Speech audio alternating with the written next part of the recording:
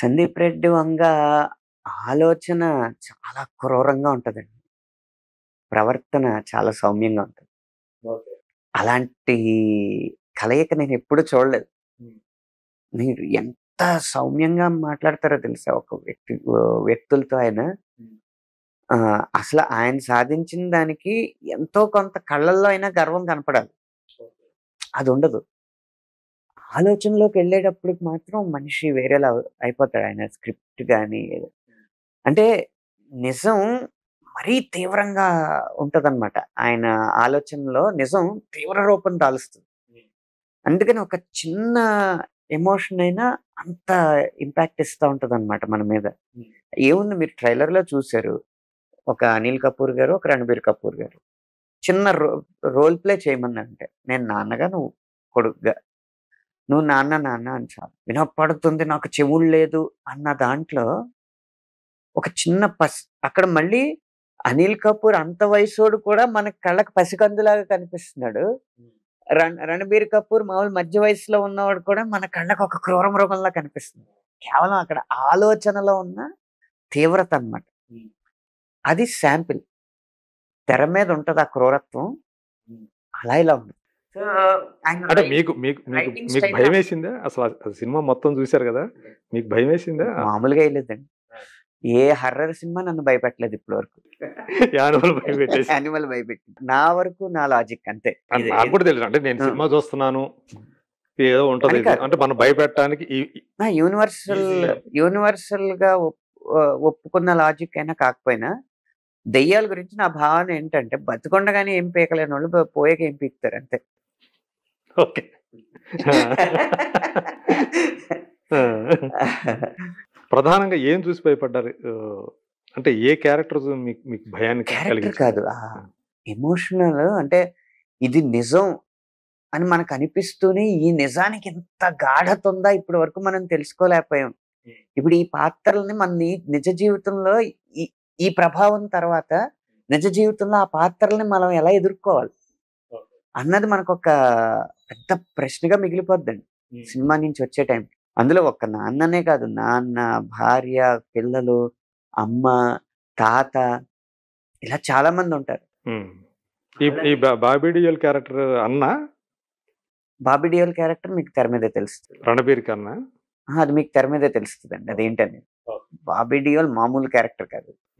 అదే మనకి ఆ అంటే ట్రైలర్‌లో కనిపించిన రణబీర్‌కి ఒక్కసారిగా. అతనికి రణబీర్‌కి ఏంటనేది కూడా మీరు ఆశ్చర్యపోతారు.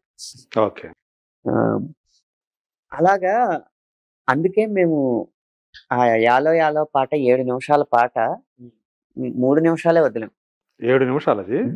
ఓకే. 4 నిమిషాల్లో కథ అంతా ఉంటుంది. ఆ పాట వదిలితే మీరు ఈ పాటకి అన్ని వెబ్‌సైట్‌ల్లోనూ యానిమల్ స్టోరీ అని చెప్పి రాసేద్దాం. ఓహ్! అలా మొత్తం దాంట్లో ఉంటదనమాట అదంతా. ఆ! అలాగే ఈ 'నాన్న' పాట 'కరుణ రసం' వీడియోగా కొంత వదిలాం. ఆడియోగా మొత్తం వదిలినా కూడా. ఓకే.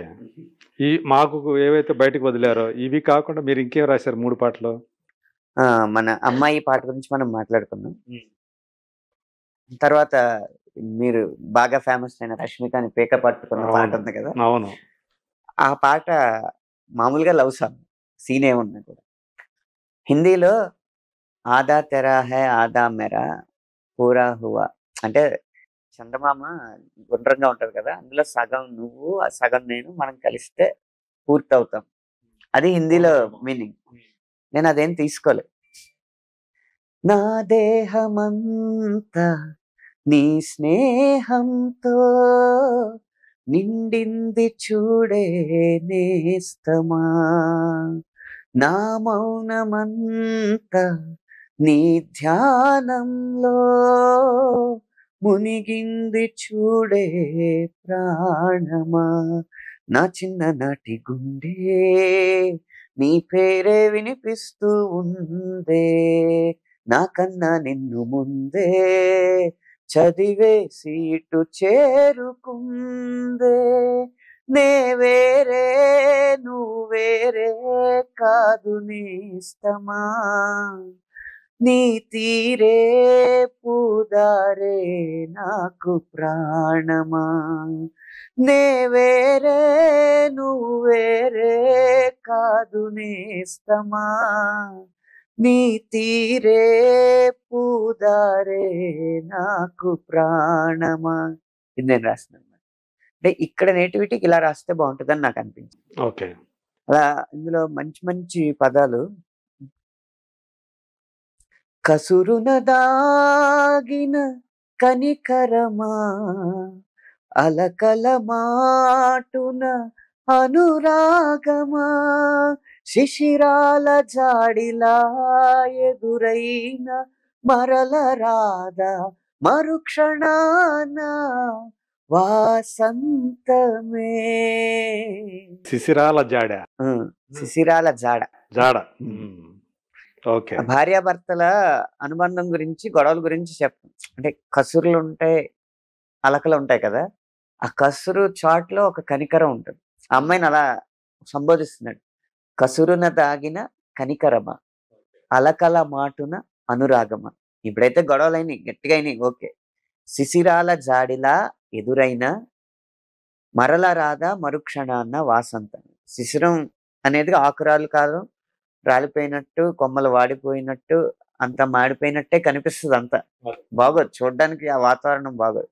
కానీ శిశిర ఋతువుకి వెంటనే వచ్చేది వసంత ఋతువు. అదే మళ్ళీ చిగుళ్ళు మొలుస్తుంటాయి. నేనావై నువ్వు తోవైతే నేనేస్తమా. నేను నావగా ఉంటే నువ్వు తోవగా ఉన్నప్పుడు మాత్రమే మనం తీరం చేరగలం.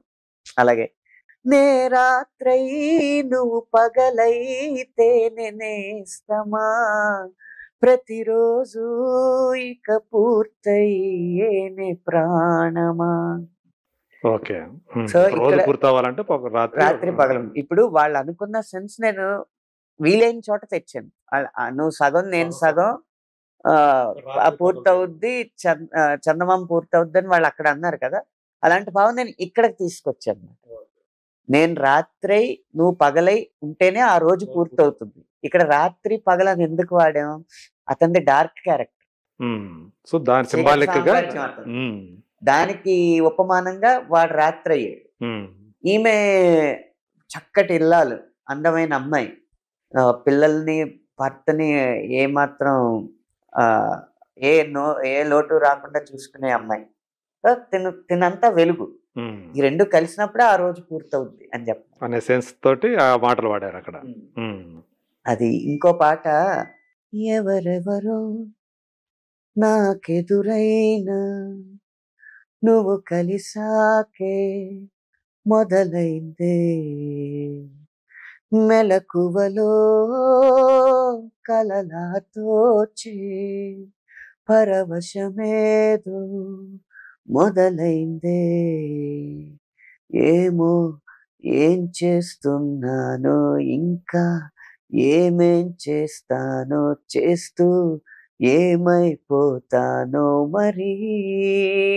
ఎవరెవరో నాకెదురైనా నువ్వు కలిసాకే మొదలైందే, మెలకువలో కలలాతోచే పరవశమేదో మొదలైందే. ఇది ఒక hot romantic song, sensuous song. Okay. ఇది కావాలని ఇంకా రివీల్ చేయలేదు. చాలా చాలా ముఖ్యమైన సన్నివేశంలో వస్తుంది. ఓకే. వాళ్ళిద్దరికి